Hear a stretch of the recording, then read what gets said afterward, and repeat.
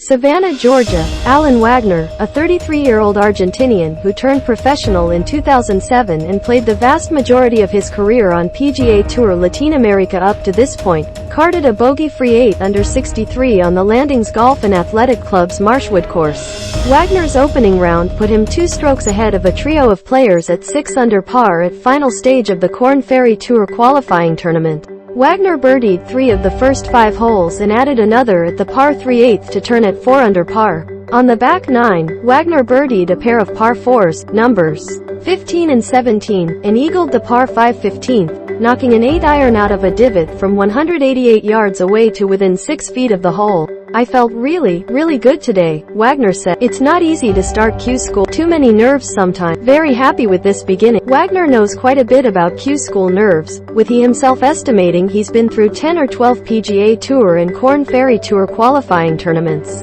Wagner's first attempt was as an 18-year-old in 2007, back when this event was known as PGA Tour Q School and determined status for both the Tour and Korn Ferry Tour. Wagner also tried a couple European Q schools through the years. This marks Wagner's second trip to final stage of the Korn Ferry Tour qualifying tournament, having previously qualified in 2019.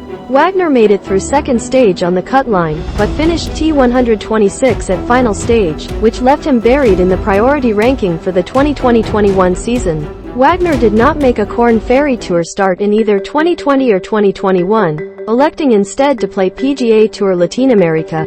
"Here is the revenge," Wagner said in reference to his poor showing 3 years ago. "It's been a crazy journey. I turned pro when I was 18. 15 years, doing this all over the world. Hopefully I can finish well this week and finally get my Korn Ferry Tour status. Everything would be easy that way." This season, Wagner finished No. 6 in PGA Tour Latin America's Total Play Cup, largely off the strength of a victory at the Scotia Wealth Management Chile Open presented by Volvo in December 2021. It was the second PGA Tour-sanctioned victory of his career and first since 2012, his first season on PGA Tour Latin America. The top 10 finish in the Total Play Cup ranking earned him an exemption to final stage of this year's Korn Ferry Tour qualifying tournament. "It was a huge prize for me to end up directly here," Wagner said.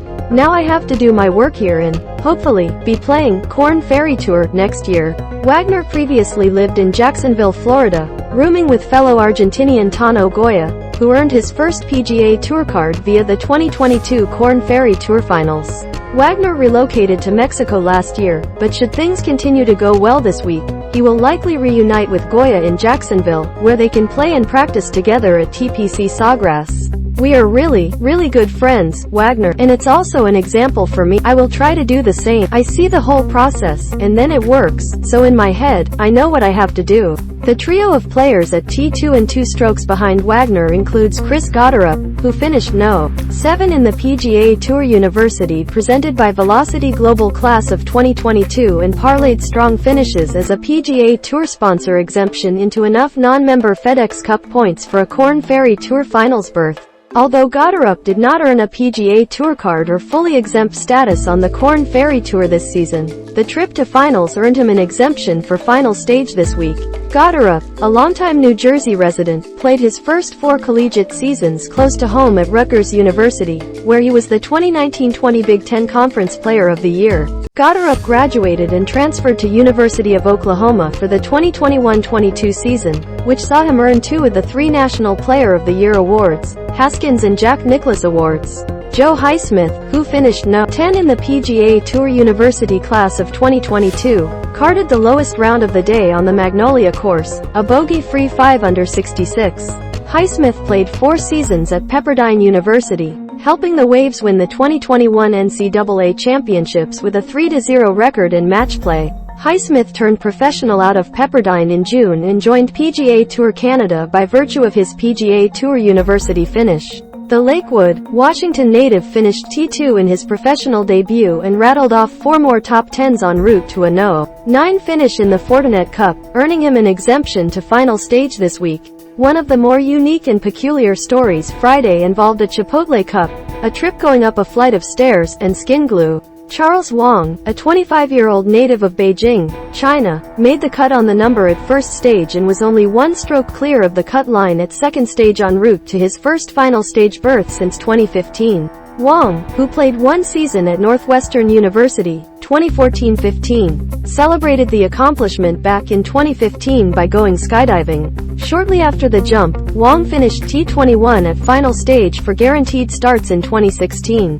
Wang made just 6 Korn Ferry Tour starts in 2016, however, missing 4 cuts and finishing no better than T59 to shuffle down the priority ranking and out of position for starts. Wang turned in unremarkable seasons on PGA Tour Canada in 2018, 2019, and 2022 before his second successful navigation of the Korn Ferry Tour qualifying tournament this fall. 2 days after qualifying for final stage this time around, less than 2 weeks ago, Wang tripped as he walked up the stairs on the way to his apartment. With a Chipotle cup in his right hand, Wang extended his left hand to take the brunt of the fall. "I tried to save my face and hit the edge of the stairs, and cut it. Left thumb, right open," Wang said. "Right away, I went to the and the doctor didn't recommend stitches. I got skin glue, which stopped the bleeding." The gash left Wang scrambling ahead of final stage this week. With positioning in the priority ranking for the 2023 season at stake, Wang exhausted every possible measure to ensure he could play. He experimented with different grips, different tapes. Wang even considered withdrawing in the middle of the first round in the lead-up to teeing off Friday, which would leave him at the bottom of the priority ranking but still with conditional membership for the upcoming season. "I was preparing for the worst-case scenario coming into this week," Wang said. "I was supposed to check out of the hotel today. I called my caddy who caddied for me at second stage and I cancelled him, because I didn't want to have him driving all the way up from Florida, a 7-hour drive, and just me hitting one tee shot. Even this morning, I didn't know. I was struggling a little bit on the driving range," Wang continued. "I was hitting one-handed, tried to eliminate my left thumb. I tried to grip it like a baseball grip and I was chunking the ball. I was doing all sorts of things, playing with my tape, different kinds of tape. The moment I walked to the golf course, I had my glove on, never took it off.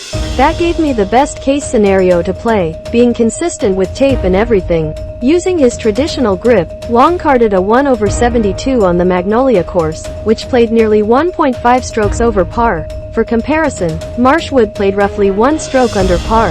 "I am more than happy the way it turned out," said Wang, who stands T84. "I hadn't touched a golf club for almost 10 days. I was trying to heal my thumb right to the last minute. I tried not to take a practice swing, because whenever I take it back, the thumb holds the pressure on the grip. I did it with no practice swing. Step up, see the shot, and then try to hit it." Second round tee times will from 8:30 a.m. through 10:42 a.m. local time off the 1st and 10th tees.